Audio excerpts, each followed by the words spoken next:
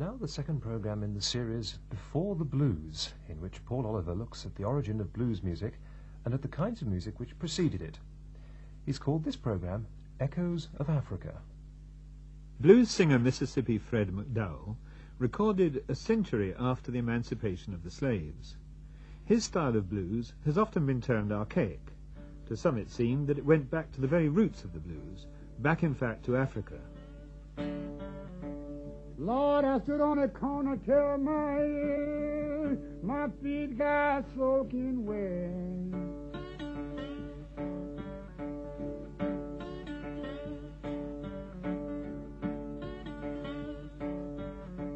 I stood on a corner till my feet got soaking wet.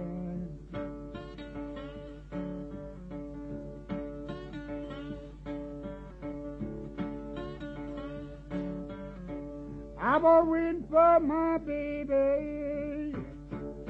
I declare she ain't come yet. Lord, waiting for my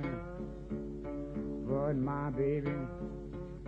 I declare she ain't come yet. Lord, Lord.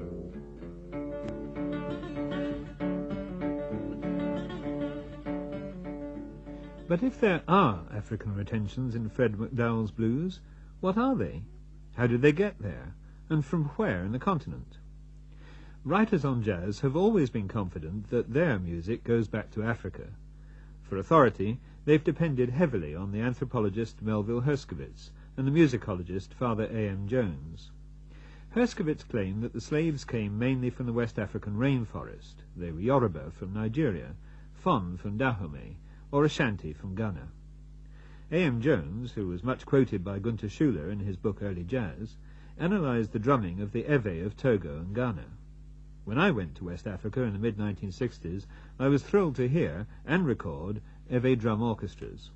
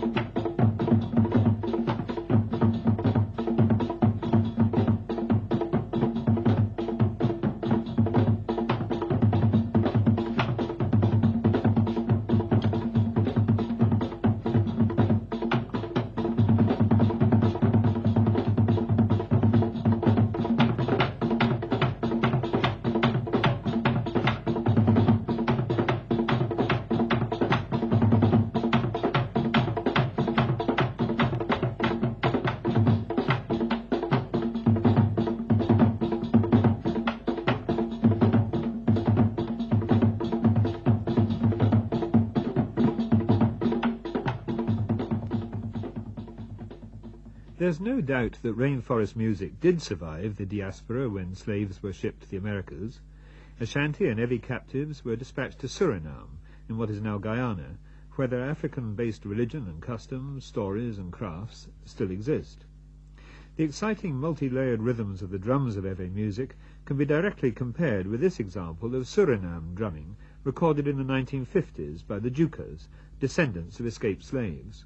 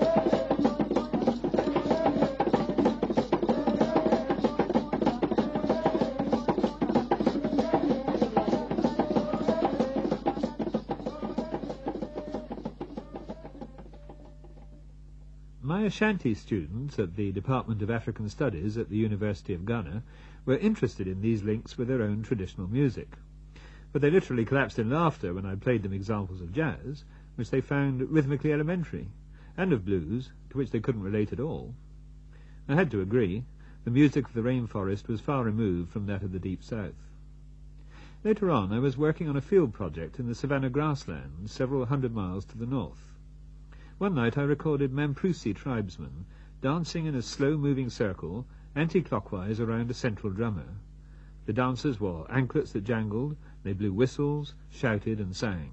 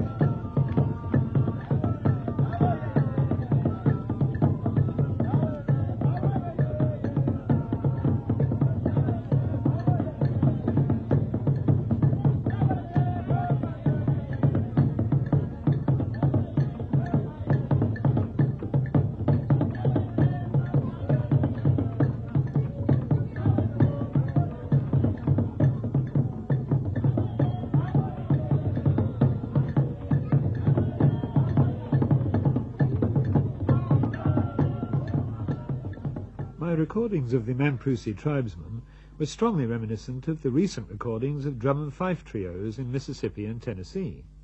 Here, I thought, there did seem to be a link between African music and North American music. Although some of their instruments were homemade, the drums of these country bands were of a military type, bass and snare drums. Perhaps they were a regressed form of military band, or perhaps they picked up the instruments when the southern regiments were disbanded after the Civil War. As there's no record of these bands before the end of the 19th century, we're left in doubt about their origins.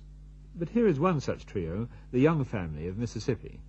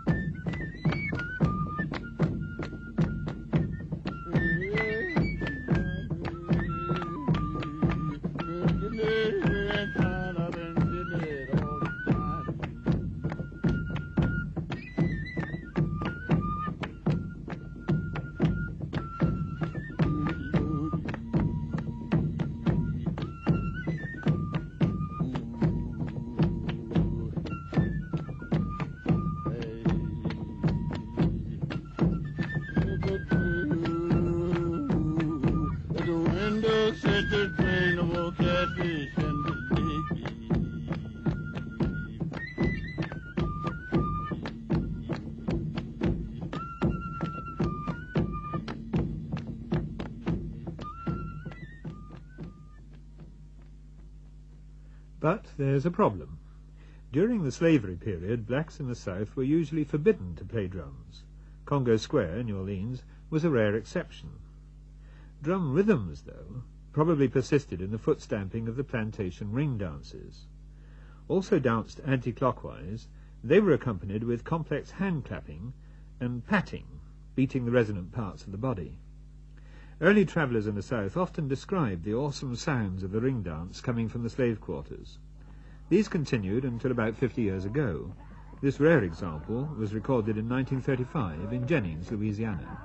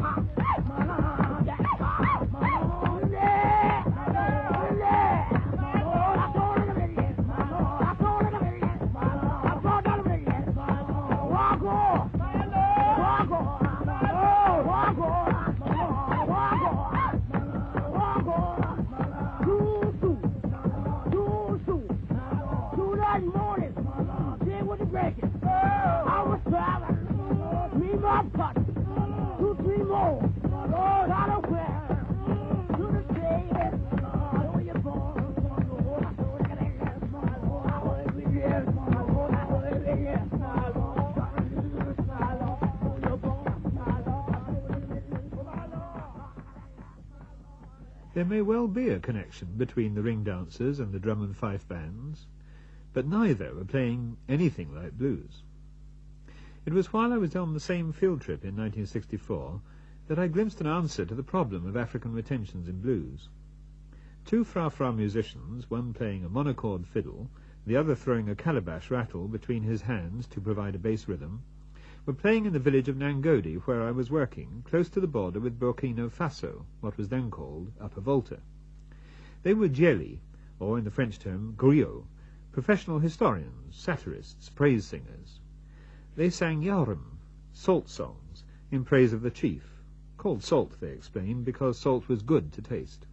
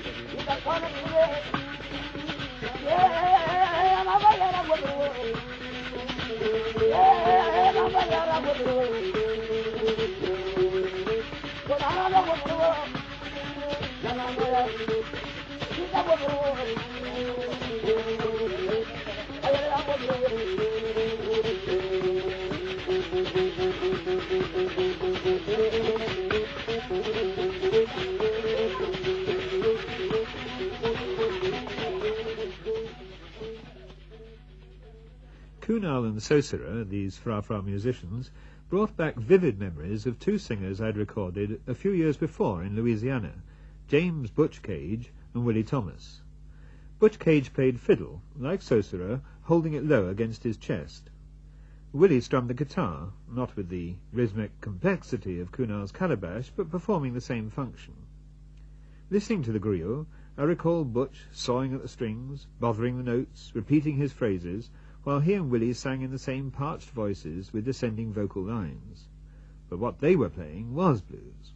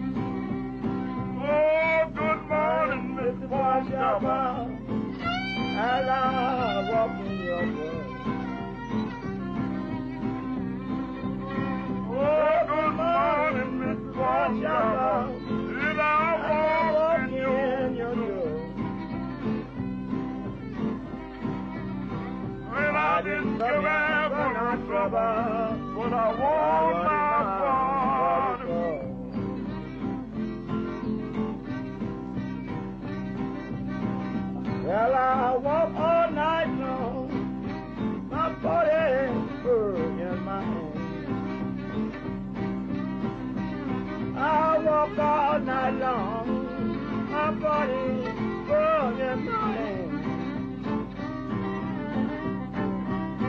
Well, I was looking for my woman, I found her with another.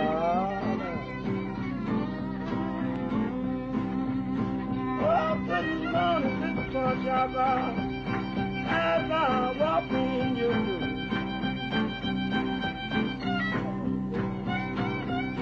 Oh, good morning, Mr. Punchaba, as I walk in your door. I didn't come here for no trouble, I just want my body. Well, my brother got out 45, none you can do never mind. Well, my brother got out 45, none you can do never mind.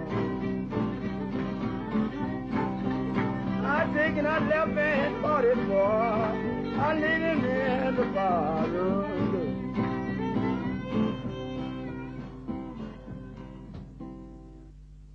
Griot, or jelly, like Kunal and Sosira, are to be found across 2,000 miles of arid savanna from Senegal to Chad. Well north of the forests, there isn't wood for making big drums. Instead, gourds and calabashes are used for drums and for making small stringed instruments. These are bowed like Sosira's, or plucked like the haram, which generally has 3 to 5 strings. The instruments are fretless, though sometimes a player puts one finger under the string to act as a fret. Such stringed instruments are not found in the rainforest regions. This is a solo on the kuko, a boat-shaped form of the haram, recorded in Mali.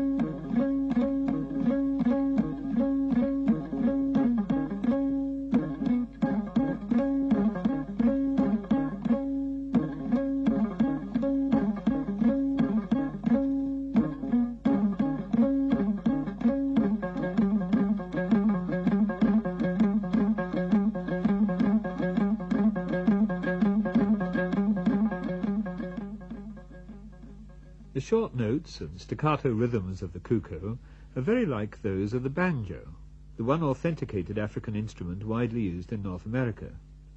18th and 19th century writers describe the making and playing of the banya, or banja. Wrote President Thomas Jefferson, himself a Virginia plantation and slave owner, "The instrument proper to them is the banja, which they brought hither from Africa, and which is the original of the guitar, its chords being precisely the 4 lower chords of the guitar." 150 years after Jefferson's observation, Virginia farmer and old-time square dance musician John Lawson Tyree played the banjo in similar fashion.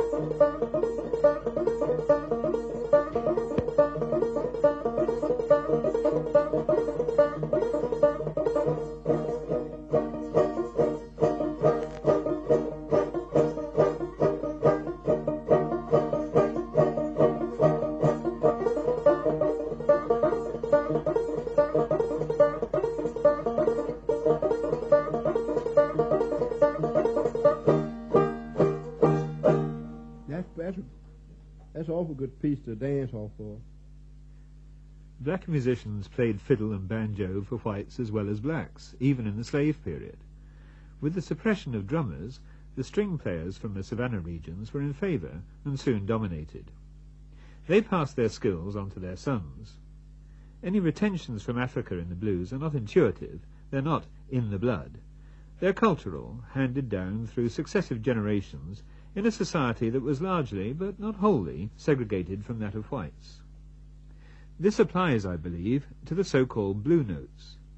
It has often been suggested that they arose from the meeting of African pentatonic with European diatonic scales, leading to a flattening of the thirds and sevenths. But such notes are widely employed among the jelly musicians, and the influence, I would suggest, is far more direct. So is the use of the falling contour, the high attack to a vocal phrase, and the descending steps of the vocal line, as in this recording of a griot in Niger, playing the 3-string gurumi lute to accompany his singing.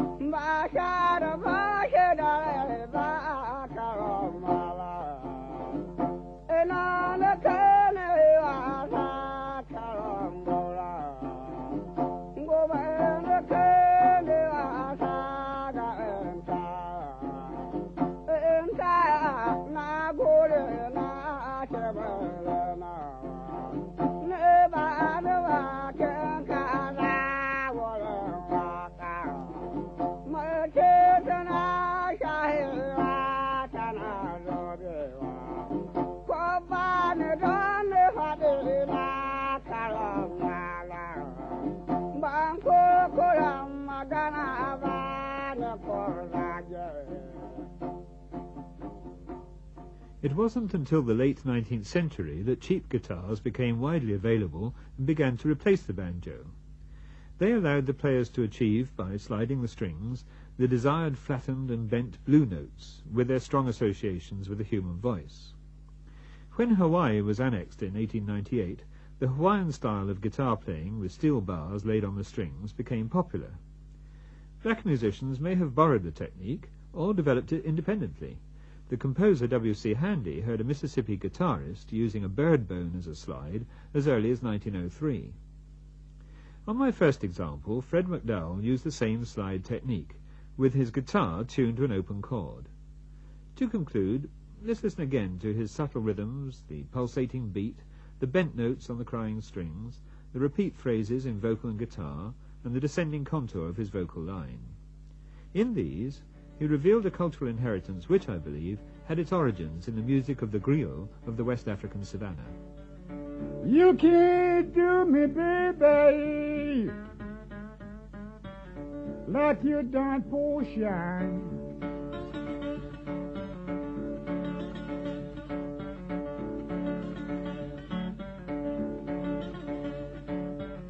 You can't do me, baby, like you, honey, like you done for shine.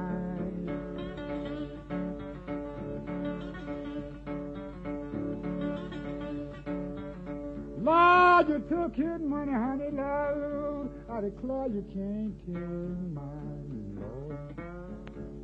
I declare you can't take mine, Lord, Lord.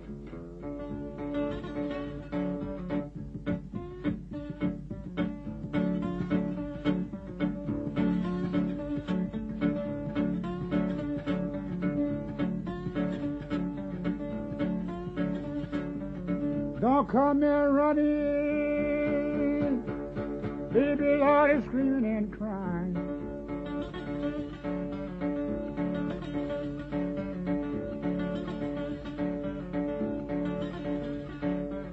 Don't come here running, Lord is screaming and crying. Lord, don't come here running, Lord, baby, screaming and crying. You got a home, long as I got mine. Lord, you got a home, long as I got mine.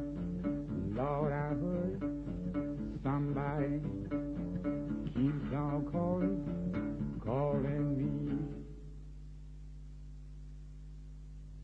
Waiting for My Baby, recorded by Fred McDowell in 1964. And it ends this second programme in the series Before the Blues, which was written and presented by Paul Oliver.